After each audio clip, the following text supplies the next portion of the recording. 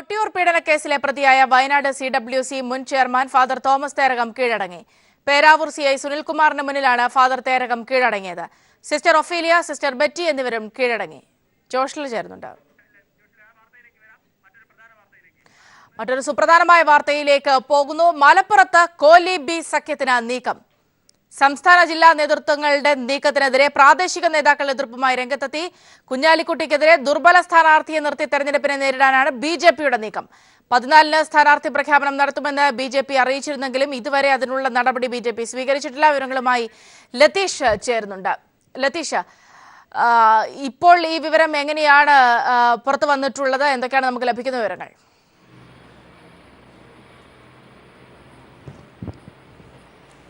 സൗമ്യ, പ്രാദേശിക നേതൃത്വത്തിൽ നിന്ന് തന്നെയാണ് നമുക്ക് ഇത്തരത്തിലൊരു വിവരം ലഭിക്കുന്നത്. BJPയുടെ സംസ്ഥാന കോർ കമ്മിറ്റി യോഗത്തിൽ തന്നെ ഇത്തരമൊരു വിമർശനം കഴിഞ്ഞ ദിവസം ഉയർന്നു വന്നിരുന്നു.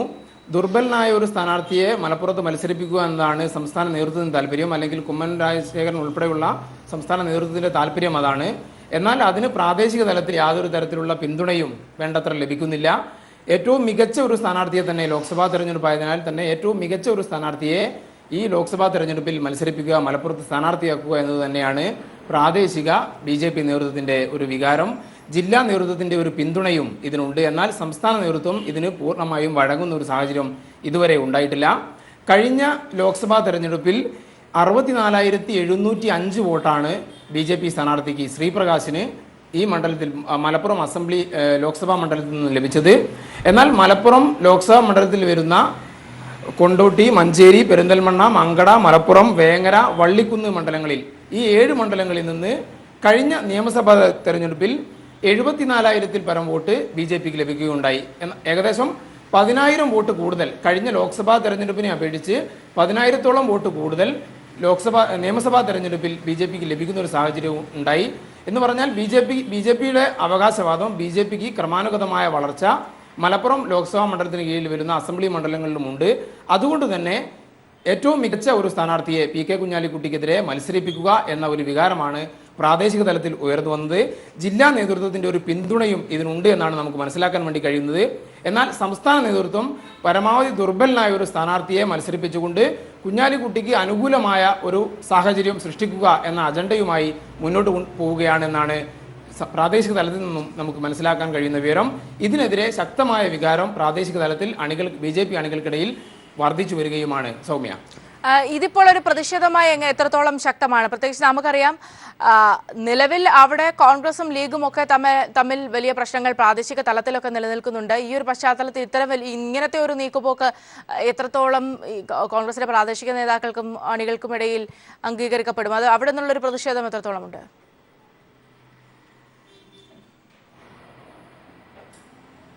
കോൺഗ്രസിനും PK കുഞ്ഞാലിക്കുട്ടി സ്ഥാനാർത്ഥിയായതിനെതിരെ പരസ്യമായ ഒരു പ്രതികരണത്തിന് അവർ തയ്യാറായില്ല എങ്കിൽ പോലും വേങ്ങര അസംബ്ലി മണ്ഡലത്തിൽ ഒരു ഉപതെരഞ്ഞെടുപ്പിന് വഴിയൊരുക്കിക്കൊണ്ടാണ് കുഞ്ഞാലിക്കുട്ടിയുടെ സ്ഥാനാർത്ഥിത്വം എന്നതുകൊണ്ട് തന്നെ വലിയ പ്രതിഷേധം കോൺഗ്രസിൻ്റെ ഭാഗത്തു നിന്നുമുണ്ട്. എന്നാൽ കുഞ്ഞാലിക്കുട്ടിയെ വിജയിപ്പിക്കുക എന്ന ഒരു അജണ്ടയുടെ ഭാഗമായി BJPയിലെ ഒരു വിഭാഗം ഇത്തരം ഒരു ദുർബലനായ സ്ഥാനാർത്ഥിയെ നിർത്തുക എന്ന ഒരു തന്ത്രമാണ് ഇവിടെ പയറ്റുന്നത്. മലപ്പുറത്തെ ഒരു പ്രത്യേക സാഹചര്യം നമുക്ക് അറിയാവുന്നതാണ്. മലപ്പുറത്ത് എല്ലാ കാലത്തും മുസ്ലിം ലീഗ് അവരുടെ സ്ഥാനാർത്ഥിയെ സ്വന്തം നിലയിൽ തന്നെ പ്രഖ്യാപിക്കുന്ന ഒരു സാഹചര്യം തന്നെയാണുള്ളത്. അതിന് പ്രാദേശികമായും അല്ലെങ്കിൽ ജില്ലാ തലത്തിലുമുള്ള എതിർപ്പ് കോൺഗ്രസിൻ്റെ ഭാഗത്തുനിന്ന് ഉയർന്നു വരാറുണ്ടെങ്കിലും അത് പിന്നീട് തെരഞ്ഞെടുപ്പ് ഘട്ടത്തിലേക്ക് പോകുമ്പോൾ, തെരഞ്ഞെടുപ്പിനോട് അടുക്കുമ്പോൾ സാധാരണ യാതൊരു പ്രശ്നവും ഇല്ലാത്ത തരത്തിൽ തന്നെയാണ് മുന്നോട്ട് പോകാറുള്ളത്. അതായത് ലതീഷ, ഇവിടെ കാര്യങ്ങളുടെ ഒരു വ്യക്തതയ്ക്ക് വേണ്ടി കൂടി ഇവിടെ മനസ്സിലാക്കാൻ സാധിക്കുന്നത്, സംസ്ഥാന തലത്തിൽ നേതാക്കൾക്കിടയിൽ ഈ ഒരു ധാരണയുണ്ട്. അതായത് ഒരു പ്രാദേശിക നേതാവ് അല്ലെങ്കിൽ അപ്രസക്തനായ ഒരു വ്യക്തിയെ BJP അവിടെ മത്സരിപ്പിച്ചാൽ മതി എന്ന തരത്തിൽ സംസ്ഥാന നേതൃത്വത്തിനിടയിൽ ഒരു ധാരണയുണ്ട്. എന്നാൽ നേരത്തെ തന്നെ അഭിപ്രായ വ്യത്യാസങ്ങളുള്ള പ്രാദേശിക തലത്തിൽ, ജില്ലാ തലത്തിലൊക്കെ തന്നെയും ഇത്തരത്തിലുള്ള ഒരു അഭിപ്രായം, അതായത് ശക്തനായ ഒരു നേതാവിനെ തന്നെ അവിടെ മത്സരിപ്പിക്കണമെന്ന ഒരു നിലയിലാണ്. ഇതാണ് ഒരു സാഹചര്യം. അത് കൂടുതലൊരു വ്യക്തത വരുത്തിയാൽ.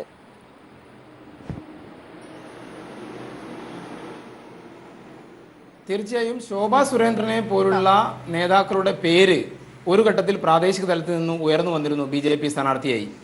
എന്നാൽ ഇത്തരം അവരുടെ BJPയുടെ മലപ്പുറത്തെ ഒരു സാഹചര്യം അനുസരിച്ച് അല്ലെങ്കിൽ അവരുടെ ശക്തി അനുസരിച്ച് ആ ശക്തി മുഴുവൻ സ്വരൂപിക്കാൻ ആവശ്യമായ ഒരു സ്ഥാനാർത്ഥിയെ നിർത്തേണ്ടതില്ല എന്ന് തന്നെയാണ് സംസ്ഥാന തലത്തിൽ ഇപ്പോൾ ഉണ്ടായിരിക്കുന്ന ഒരു തീരുമാനം. ഇതിനെതിരെയാണ് പ്രാദേശിക തലത്തിലും ജില്ലാ തലത്തിലും ഒരു വിഭാഗത്തിനിടയിലും അസംതൃപ്തി പോയുന്നത്. ഈ അസംതൃപ്തി ഏത് തരത്തിൽ മുന്നോട്ട് പോകുമെന്ന് നമുക്ക് ഇപ്പോൾ പറയാൻ കഴിയില്ല. എന്തായാലും പ്രാദേശിക തലത്തിലും ജില്ലാ തലത്തിലും ഇത്തരത്തിൽ ഈ ഒരു നീക്കത്തിന്, സംസ്ഥാന നേതൃത്വത്തിന്റെ നീക്കത്തിനെതിരെ അസംതൃപ്തിയുണ്ട്. ഈ അസംതൃപ്തി പരോക്ഷമായി ഈ പറയുന്ന പി കെ കുഞ്ഞാലിക്കുട്ടിയെ സഹായിക്കുക എന്ന സംസ്ഥാന നേതൃത്വത്തിന്റെ നിലപാടിന് എതിരുമാണ്. ആ തരത്തിലാണ് ഇപ്പോൾ കാര്യങ്ങൾ മുന്നോട്ട് പോകുന്നത്. ശോഭാ സുരേന്ദ്രനെ പോലെയുള്ള നേരത്തെ ഇവിടെ മത്സരിക്കുകയോ ഒക്കെ ചെയ്തിട്ടുള്ള നേതാവിനെ, അത്തരത്തിൽ അറിയപ്പെടുന്ന ഒരു നേതാവിനെ ബിജെപിയുടെ സ്ഥാനാർത്ഥിയായി മത്സരിപ്പിക്കുക എന്നതാണ് ലതീഷ് അറിയാൻ കഴിഞ്ഞത്. കഴിഞ്ഞ തവണ മത്സരിപ്പിച്ച ശ്രീപ്രകാശിനെ തന്നെ മത്സരിപ്പിക്കാനുള്ള ഒരു നീക്കമാണ് ഇപ്പോൾ ഒരു ധാരണ ഉണ്ടായിട്ടുള്ളത് എന്നാണ്. ആ വിധത്തിൽ തന്നെയാണോ? അതായത് കഴിഞ്ഞ തവണ സ്വാഭാവികമായും ശ്രീപ്രകാശിന്റെ പെർഫോമൻസ് എത്രത്തോളം ഉണ്ടായിരുന്നു എന്നൊക്കെ ഈ ഒരു ഘട്ടത്തിൽ പരിശോധിക്കപ്പെടേണ്ടതുള്ളൂ ഉണ്ട്. ആ വിധത്തിലൊക്കെ നോക്കിയാൽ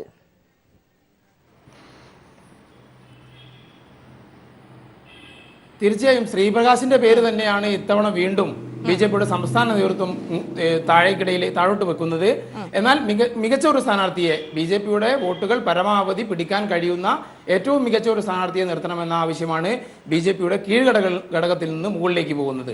ഈ ഒരു സാഹചര്യമാണ് ബിജെപിയുടെ ജില്ലാ നേതൃത്വത്തിൽ ഇപ്പോഴുള്ളത്. എന്നാൽ സംസ്ഥാന നേതൃത്വം സ്വാഭാവികമായും അടിച്ചേൽപ്പിക്കുന്ന ഒരു സ്ഥാനാർത്ഥിയെ അംഗീകരിക്കേണ്ട ഒരു അവസ്ഥ തന്നെയായിരിക്കും മലപ്പുറത്ത് ഈ തെരഞ്ഞെടുപ്പിലും ബിജെപിക്ക് ഉണ്ടാവുക. ശ്രീപ്രകാശിന്റെ പെർഫോമൻസിനെ പറ്റി ഞാൻ നേരത്തെ സൂചിപ്പിച്ചു. 64,705 വോട്ടുകൾ മാത്രമാണ് കഴിഞ്ഞ ലോക്സഭാ തെരഞ്ഞെടുപ്പിൽ ഈ മണ്ഡലത്തിൽ, മലപ്പുറം ലോക്സഭാ മണ്ഡലത്തിൽ ബിജെപിക്ക് നേടാനായത്. 4,37,723 വോട്ട് ഇ അഹമ്മദും 2,42,984 വോട്ട് LDF സ്ഥാനാർത്ഥിയും നേടിയ പി കെ സൈനബയും നേടിയ ഒരു സാഹചര്യത്തിലാണ് 64,705 വോട്ട് ബിജെപി സ്ഥാനാർത്ഥിയായ ശ്രീപ്രകാശ് നേടിയത്.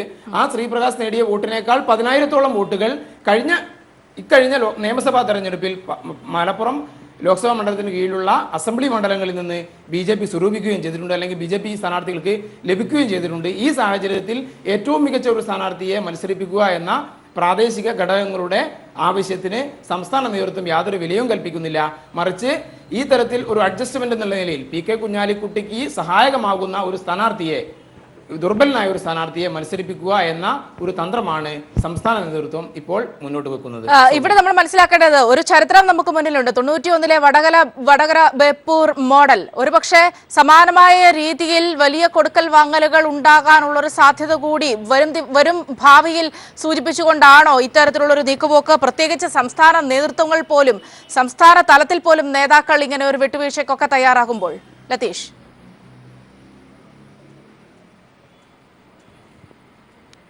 തീർച്ചയായും ബേപ്പൂർ വടകര മോഡൽ കേരളത്തിൽ പരാജയപ്പെട്ട ഒരു മോഡലാണ്. എന്നാൽ മലപ്പുറത്തെ സാഹചര്യം ഈ സാഹചര്യത്തിൽ നിന്നും വളരെ വിഭിന്നമാണെന്നുള്ള കാര്യം നമുക്ക് പറയാതിരുന്നുകൂടാ. വടകരയാണെങ്കിലും ബേപ്പൂരാണെങ്കിലും അന്ന് കോലീബി സഖ്യത്തിനെതിരെ വലിയ ഒരു വിജയം LDF സ്ഥാനാർത്ഥികൾ നേടുന്ന സാഹചര്യമുണ്ടായി. ആ സാഹചര്യമല്ല മലപ്പുറത്തെ സാഹചര്യം. മലപ്പുറത്ത് മുസ്ലിം ലീഗിന് കൃത്യമായ വോട്ട് ബേസ് ഉണ്ട്. ബിജെപിക്ക് എന്നാൽ അവരുടെ പരമ്പരാഗത വോട്ടുകൾ നിലനിർത്തുക, അതിനപ്പുറമുള്ള വോട്ടിലേക്ക് അവർ കഴിഞ്ഞ നിയമസഭാ തെരഞ്ഞെടുപ്പിൽ കടന്നു എന്നുള്ളത് കൊണ്ട് തന്നെ ആ വോട്ട് കൂടി സമാഹരിക്കാൻ കഴിവുള്ള ഏറ്റവും സമർത്ഥനായ ഒരു സ്ഥാനാർത്ഥിയെ, അല്ലെങ്കിൽ നല്ലൊരു സ്ഥാനാർത്ഥിയെ നിർത്തുക എന്ന ആവശ്യം പ്രാദേശിക ജില്ലാ ഘടകങ്ങൾ മുന്നോട്ട് വെക്കുമ്പോൾ സംസ്ഥാന നേതൃത്വം ഇതിന് വഴങ്ങുന്നില്ല. സംസ്ഥാന തലത്തിൽ തന്നെ ഇത്തരത്തിൽ പി കെ കുഞ്ഞാലിക്കുട്ടിയെ സഹായിക്കുന്ന ഒരു നിലപാട് ബിജെപിയുടെ സംസ്ഥാന നേതൃത്വം എടുക്കുന്നു അല്ലെങ്കിൽ സ്വീകരിക്കുന്നു എന്നതിൻ്റെ വ്യക്തമായ ഒരു സൂചനയിലേക്കാണ് ഇപ്പോൾ കാര്യങ്ങൾ പോകുന്നത്. സൗമ്യ, ഒരുപക്ഷെ അന്ന് ഉണ്ടായിരുന്നു, നമുക്കറിയാം, പല രഹസ്യമായ ചർച്ചകൾ പോലും RSS കേന്ദ്രങ്ങളിൽ പോലും വലിയ ചർച്ചകൾ നടന്നു. അത്തരത്തിലായിരുന്നു അന്ന് അങ്ങനെ ഒരു നീക്കുപോക്കുണ്ടായത്. ഇവിടെ നമുക്കറിയാം ലീഗ് ഇപ്പൊ പ്രത്യേകിച്ച് കുഞ്ഞാലിക്കുട്ടിയെ പോലെ ഒരു സ്ഥാനാർത്ഥിയെ നിർത്തുമ്പോൾ അവിടെ ഒരു പരാജയ ഭയം ലീഗിന് സ്വാഭാവികമായും ഉണ്ടാകില്ല. അവരുടെ ഒരു ഉറച്ച കോട്ട കൂടിയാണ് അവിടെ. ഒരുപക്ഷെ ഇനിയിപ്പോൾ മറുഭാഗത്ത് ഒരു ശക്തനായ സ്ഥാനാർത്ഥിയെ പ്രഖ്യാപിച്ചാൽ അതനുസരിച്ച് ഒരുപക്ഷെ കാര്യങ്ങൾ മുന്നോട്ട് പോകുമെങ്കിലും ഇതിന് അപ്പുറത്തേക്ക് വലിയ ചില കച്ചവടങ്ങൾ കൂടി നടക്കാനുള്ള ഒരു സാധ്യതയല്ലേ അപ്പോൾ ഇവിടെ കാണേണ്ടത് ഇത്തരത്തിലുള്ള നീക്കുപോക്കുണ്ടാകുമ്പോൾ? ലതീഷ്, ഞാൻ ലതീഷിലേക്ക് എത്താം. ശ്രീ ഭാസ്കരേന്ദ്ര ബാബു നമ്മോടൊപ്പം ടെലിഫോൺ ലൈൻ ചേരുന്നുണ്ട്. ശ്രീ ഭാസ്കരേന്ദ്ര ബാബു, മലപ്പുറം എന്നത് ലീഗിനെ സംബന്ധിച്ചിടത്തോളം ഒരു കീറാമുട്ടിയല്ല, പക്ഷേ ഇവിടെ മറ്റ് വലിയ ചില സൂചനകൾ ഒരുപക്ഷെ ഇപ്പോഴത്തെ ഈ ഒരു നിലപാടിൽ നിന്നും വായിച്ചെടുക്കേണ്ടി വരും. അതായത് കഴിഞ്ഞ തവണ മത്സരിച്ച് ഒന്നുമല്ല എന്ന് തെളിയിച്ച ശ്രീപ്രകാശിനെ തന്നെ അവിടെ സ്ഥാനാർത്ഥിയാക്കി നിർത്തുന്നു. അതായത് ഇവിടെ നമുക്കറിയാം BJPയെ സംബന്ധിച്ചിടത്തോളം ഇപ്പോൾ അവരുടെ നിലപാടുകളും ഒക്കെ ബന്ധപ്പെടുത്തി നോക്കുമ്പോൾ സംസ്ഥാന തലത്തിൽ മത്സരിക്കാൻ നിരവധിയായ നേതാക്കളുണ്ട്. ശോഭാ സുരേന്ദ്രന്റെ അടക്കം പേരുകൾ ആദ്യഘട്ടത്തിൽ പ്രാദേശിക നേതാക്കളൊക്കെ പറഞ്ഞിരുന്നു. പക്ഷെ അവരെയൊക്കെ മാറ്റി നിർത്തി ഇത്തരത്തിൽ ദുർബലനായ ഒരു സ്ഥാനാർത്ഥിയെ നിർത്തിക്കൊണ്ടുള്ള ഒരു നീക്കുപോക്കിനാണ് ഇപ്പോൾ സംസ്ഥാന നേതൃത്വം ഒക്കെ ഇടപെട്ടുകൊണ്ട് ഈ മൂന്ന് പാർട്ടികളുടെയും സംസ്ഥാന നേതൃത്വം ഇടപെട്ടുകൊണ്ടുള്ള ഒരു ശ്രമം നടത്തുന്നത്. പ്രാദേശിക തലത്തിൽ നിന്നും ഒക്കെ ഒരു അഭിപ്രായ വ്യത്യാസങ്ങൾ വന്ന സാഹചര്യത്തിലാണ് ഇപ്പോൾ ഇത് പുറത്തേക്ക് വരുന്നതും. ഈ ഒരു സാഹചര്യത്തെ എങ്ങനെയാണ് കാണേണ്ടത്, പ്രത്യേകിച്ച് ഇപ്പോഴത്തെ ഒരു രാഷ്ട്രീയ സാഹചര്യത്തിൽ? ശ്രീ ഭാസ്കരൻ ബാബു. അല്ല, ലീഗിനെ സംബന്ധിച്ച് ഒരു ആസന്ന ഭീഷണി നേരിടുന്ന അന്തരീക്ഷം അവിടെ നിലനിൽക്കുന്നില്ല എന്നെല്ലാവർക്കും അറിയാം. നിങ്ങളത് സൂചിപ്പിച്ചു. ഏകദേശം 2 ലക്ഷത്തോളം വോട്ടിന്റെ ഭൂരിപക്ഷമാണ് നിലവിലുള്ളത്. അങ്ങനെ വരുമ്പം സ്വാഭാവികമായിട്ട് ആശങ്കയ്ക്കൊന്നും അവകാശമില്ല. അപ്പോൾ പിന്നെ എന്താണ് ഇത്തരം ഒരു നീക്കം? കാരണം ഇപ്പം BJPയുടെ തന്നെ സംസ്ഥാന നേതൃത്വ നിലവാരത്തിലെ ചർച്ചയിൽ അവിടെ പ്രാദേശിക നേതാവ് മതി എന്ന് തീരുമാനിക്കുമ്പോൾ സുനിശ്ചിതമായ പരാജയമാണ് BJPക്ക് എപ്പോഴും ഉണ്ടാവുക. അതാണെന്ന് നമ്മൾ ധരിക്കാൻ സാധ്യതയുണ്ട്. പക്ഷെ ഇപ്പോഴത്തെ അവസ്ഥ മാറി വരുന്ന സാഹചര്യത്തിൽ ശരിക്കും ഭൂരിപക്ഷം കുറയുന്ന കാര്യം പോലും കുഞ്ഞാലിക്കുട്ടിയെ പോലെ ഒരു നേതാവിന് ആലോചിക്കാൻ കഴിയുന്ന കാര്യമല്ല.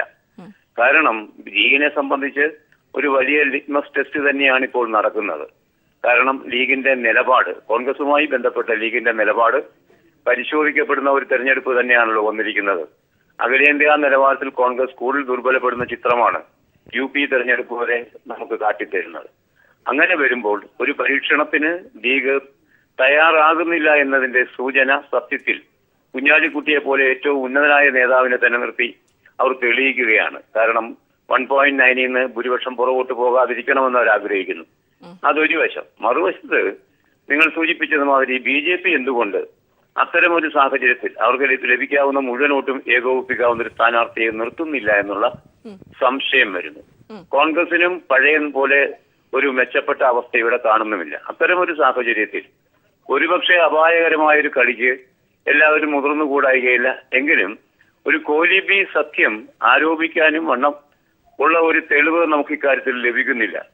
ഇതിനു മുമ്പ് കോലി സഖ്യം വന്നപ്പോൾ അത് തുറന്നു തന്നെ സമ്മതിച്ചുകൊണ്ടാണ് നമുക്ക് വടകരയിൽ അത് കാണാൻ കഴിഞ്ഞത്. ആ ഒരു സാഹചര്യത്തിലേക്ക് ഈ മലപ്പുറം ഉപതെരഞ്ഞെടുപ്പ് പോകുമെന്ന് നമുക്ക് കരുതാനാകില്ല. എങ്കിൽ പോലും കുഞ്ഞാലിക്കുട്ടിയെ നിർത്തി ഭൂരിപക്ഷം കുറപ്പിക്കുക എന്ന അവസ്ഥ സൃഷ്ടിക്കാൻ BJPയും ആഗ്രഹിക്കുന്നില്ല എന്നതിന്റെ പിന്നിൽ എന്തെങ്കിലും ഒരു അജണ്ട ഉണ്ടോ എന്ന് നമുക്കിപ്പോൾ പറയാറായിട്ടില്ല എങ്കിലും സംശയിക്കാവുന്നതാണ്. ശ്രീ ഭാസ്കർ ബാബു തുടരുക. ശ്രീ മൈൻ ഹാജി ലീഗ് നേതാവ് നമ്മോടൊപ്പം ടെലിഫോൺ ലൈൻ ചേരുന്നുണ്ട്. ശ്രീ മൈൻ ഹാജി, മലപ്പുറത്തെ സംബന്ധിച്ചിടത്തോളം ലീഗിൽ ഒരു ആശങ്കയും ഇല്ലാതെ ലീഗ് നേതാക്കളെല്ലാം ആവർത്തിച്ച് വ്യക്തമാക്കിയിട്ടുമുള്ളതാണ്. പക്ഷേ ഇവിടെ നിങ്ങളുടെയൊക്കെ പ്രാദേശിക നേതാക്കൾ തന്നെയാണ് ഇക്കാര്യങ്ങൾ വെളിപ്പെടുത്തുന്നത്. BJP അങ്ങനെ ഒരു നീക്കം നടത്തുന്നു, ഒരു നിസാരനായ സ്ഥാനാർത്ഥിയെ പകരം നിർത്തിക്കൊണ്ട് ഉള്ള ഒരു ധാരണയിലേക്ക് കാര്യങ്ങൾ പോകുന്നു എന്ന് പലരും ഒളിഞ്ഞും തെളിഞ്ഞും തന്നെ നമ്മളോട് വ്യക്തമാക്കിയിട്ടുള്ളതിന്റെ പശ്ചാത്തലത്തിലാണ് ഇപ്പോൾ ഇങ്ങനെ ഒരു വാർത്ത കൊടുത്തിരിക്കുന്നത്. ഈ ഒരു സാഹചര്യം എങ്ങനെയാണ് ലീഗ് കാണുന്നത്? ശ്രീമൈൻ ഹാജി. ബഹുമാനപ്പെട്ട അഹമ്മദ് സാഹിബ് മരിച്ച ആ നിമിഷം മുതൽ നമ്മളെ ഇടതുപക്ഷക്കാർ തുടങ്ങിയതാണിത്. ലീഗ് ഈ സാഹചര്യത്തില് ഫാസിസ്റ്റുകളുമായി ഒരു തരത്തിലുള്ള കൂട്ടുകെട്ടും ഉണ്ടാവില്ല എന്നുള്ളത് രാജ്യത്തെ ജനങ്ങൾക്കറിയാം, പ്രത്യേകിച്ച് മലപ്പുറത്തെ ജനങ്ങൾക്ക്. നിങ്ങള് ഈ മാർക്സിസ്റ്റ് പാർട്ടി ആണ് ഫാസിസ്റ്റ് BJPയെ ഇത്രയും വളർത്തിയത് മാർക്സിസ്റ്റ് പാർട്ടിയാ, ഞങ്ങളല്ല. കാരണം കഴിഞ്ഞ 2004 ജയിച്ചു വന്നപ്പോൾ UPAക്ക് പിന്തുണ കൊടുത്തു. പിന്നീട് BJPക്കാരെ വാദം ഉന്നയിച്ച് പിന്തുണ പിൻവലിച്ചു. പിന്നീട് ഒറ്റക്ക് ഭരിച്ചു. എന്നിട്ടും UPA അധികാരത്തിൽ വന്നു. ആ കൂട്ടത്തില് അഴിമതി ആരോപണം സ്ഥിരമായി ഉന്നയിച്ച് BJPക്ക് ഒപ്പം പാർലമെന്റിൽ ബഹളുണ്ടാക്കി, കുഴപ്പമുണ്ടാക്കി BJPക്ക് എഴുന്നേച്ചു കൊടുത്ത്. ഞങ്ങൾ അന്ന് മുതൽക്കെ പറയുന്ന BJPക്ക് നിങ്ങൾ എഴുന്നേച്ചു കൊടുക്കണ്ട. ഇവിടെ ശ്രീ മൈൻ ഹാജി, ഇത് ഒരു വാക്യത്തിൽ നിന്നും വന്ന വാർത്തയല്ല. നിങ്ങളുടെയൊക്കെ തന്നെ പ്രാദേശിക നേതാക്കൾ പലരും പേര് പുറത്തു പറയരുതെന്ന് പറഞ്ഞതുകൊണ്ട് മാത്രമാണ് അത് പുറത്തു പറയാൻ പറ്റാത്തത്. അവർ പറഞ്ഞിട്ടുള്ളതാണ് ഇത്തരത്തിലുള്ള. ഞങ്ങളെ ഏതെങ്കിലും തരത്തിൽ ഒരു ഫാസിസ്റ്റ് BJP ആണ്ട ഫാസിസമായിട്ട് ബന്ധമുള്ള കക്ഷികളുമായി എന്തെങ്കിലും തരത്തിലുള്ള സഖ്യം ഉണ്ടാക്കുന്നുണ്ട് അല്ലെങ്കിൽ ധാരണ ഉണ്ട് എന്ന് ഏത് പ്രാദേശിക ഭാരവാഹിയാ പറഞ്ഞെങ്കിൽ ഞങ്ങളോട് പറയും. അവരുടെ പേരിൽ ഞങ്ങൾ നടപടിയെടുത്തു. ഞങ്ങളെ പാർട്ടി 91 നമ്മൾ കണ്ടതാണല്ലോ മലപ്പുറത്ത് ഞങ്ങൾ BJP ആയിട്ട് സഖ്യം ഉണ്ടാക്കും, കോലീബി ഉണ്ടാക്കും എന്നൊക്കെ നിങ്ങൾ പ്രചരിപ്പിക്കുന്ന നിങ്ങൾ മോശമാകാന്നല്ലാതെ അത് ജനങ്ങൾ വിശ്വസിക്കാൻ പാടില്ല. ആ പരപ്പ് ഇവിടെ ചെലവാവില്ല. ശ്രീ മൈനാജി 91 നമുക്ക് മറക്കാനാവുമോ? വടകര ബേപ്പൂർ 91ലേക്കൊന്നും പോണ്ട. കഴിഞ്ഞ 2004 മുതൽ 2009 വരെയുള്ള നമ്മളെ 2009 മുതൽ 14 വരെയുള്ള കേന്ദ്ര ഭരണവും പാർലമെന്റിലെ ഇടതുപക്ഷങ്ങളുടെ പ്രകടനം കണ്ടാൽ മനസ്സിലാവുമല്ലോ. അതൊന്ന് ആലോചിച്ചാൽ തന്നെ പോരെ. കോൺഗ്രസ് ഇല്ല, ഇങ്ങനെ ഒരു ചരിത്രം കൂടി ശ്രീ മൈനാജി, ഒരു ചരിത്രം നമുക്ക് ഓർമ്മപ്പെടുത്തലായി മുന്നിൽ നിൽക്കുന്നത് കൊണ്ടാണ് സ്വാഭാവികമായും സ്വാഭാവികമായും ഈ പ്രാദേശിക നേതാക്കളുടെ വാക്കുകൾ നമ്മൾ വിശ്വാസത്തിൽ എടുക്കേണ്ടി വരുന്നത്. അവർ തന്നെ പറയുന്നു BJP 14-ന് സ്ഥാനാർത്ഥിയെ പ്രഖ്യാപിക്കേണ്ടതായിരുന്നു, പ്രഖ്യാപിച്ചില്ല. ശോഭാ സുരേന്ദ്രനെ പോലെയുള്ള അല്ലെങ്കിൽ ഒരു പക്ഷേ ഒപ്പമുള്ള സംസ്ഥാന ദേശീയ നേതാക്കളൊക്കെ ഇതിലേക്ക് വരാവുന്നതാണ്. അവരുടെ പേരുകൾ പരിഗണിച്ചിട്ടില്ല. ഇടതുപക്ഷത്തിനെ കൊണ്ടൊന്ന് പ്രഖ്യാപിപ്പിക്കും. BJP ആയിട്ട് അഡ്ജസ്റ്റ് ചെയ്യാൻ കാത്തിക്കുക. നിങ്ങൾ അങ്ങനെ വില കുറഞ്ഞ പ്രചരണത്തിനൊന്നും ഞങ്ങളില്ല. നിങ്ങൾ ആ പരിപ്പൊന്നും ഇവിടെ മലപ്പുറത്ത് വേഗം നോക്കണ്ട. മലപ്പുറത്ത് നടക്കൂല. BJP-യും മുസ്ലിം ലീഗും തമ്മിൽ ഒരു തരത്തിലുള്ള ധാരണ ഉണ്ട് എന്ന് പറഞ്ഞാൽ നിങ്ങൾ ഒരാളെ പേര് പറയും.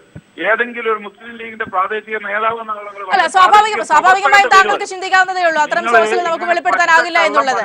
പക്ഷേ പച്ച കള്ളത്തരം പറിച്ചു വിടുന്നതിന് പകരം ഞാൻ മുസ്ലിം ലീഗിന്റെ സ്റ്റേറ്റ് സെക്രട്ടറിയാ. ആധികാരികമായിട്ട് ചോദിക്കും, ഏത് മുസ്ലിം ലീഗുകാരനാണ് അങ്ങനെ പറഞ്ഞത്? ഒരു സാധാരണ മുസ്ലിം ലീഗ് മെമ്പറെ പേര് പറയും, നിങ്ങൾ പ്രാദേശിക നേതാവാണ്ട.